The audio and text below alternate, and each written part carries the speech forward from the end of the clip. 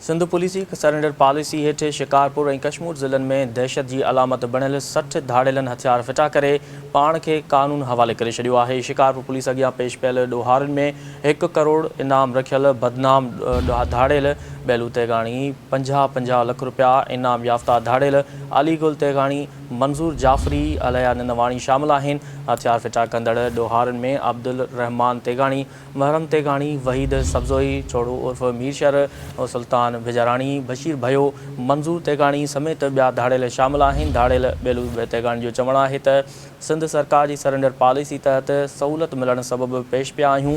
फज़ीला सरकी के उन अगवा न कयो हो, हू क़बाइली झेड़नि जे केसनि सबब रूपोश बणिया।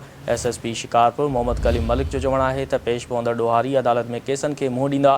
सिंध सरकार की सरेंडर पॉलिसी तहत ॾोहारी पेश थी रहिया आहिनि। अवां खे आगाह करे रहिया आहियूं अहम ख़बर जे हवाले सां त सिंध पुलिस जी सरेंडर पॉलिसी हेठ शिकारपुर और कश्मीर ज़िलनि में दहशत की अलामत बढ़ियल 60 धाड़ेलनि हथियार फिटा करे पान के कानून हवाले करे छॾियो आहे।